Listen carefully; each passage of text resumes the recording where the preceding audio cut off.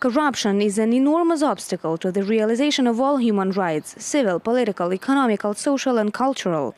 It is not a localized problem of specific countries, religions, societies or traditions. However, developed countries appear to be no smaller affected by corruption than poor ones.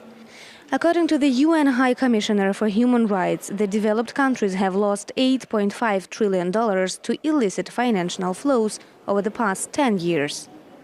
The money stolen through corruption every year is enough to feed the world's hungry 80 times over. Nearly 870 million people go to bed hungry every night, many of them children. Corruption denies them their right to food and, in some cases, their right to life.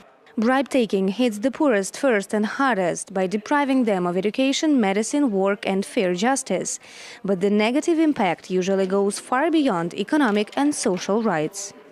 Corruption in the administration of justice, which permits perpetrators to go unpunished so long as they pay bribes, creates a vicious cycle of crime.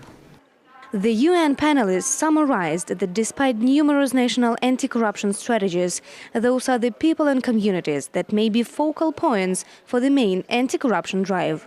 Especially at the local level where they recognize this is their constituency, Whereas if you try to hold somebody accountable at some level who doesn't recognize you as your constituency, why would they respond, right? So at the local level, with local context, with localized relevant solutions, there are many examples of innovative practices.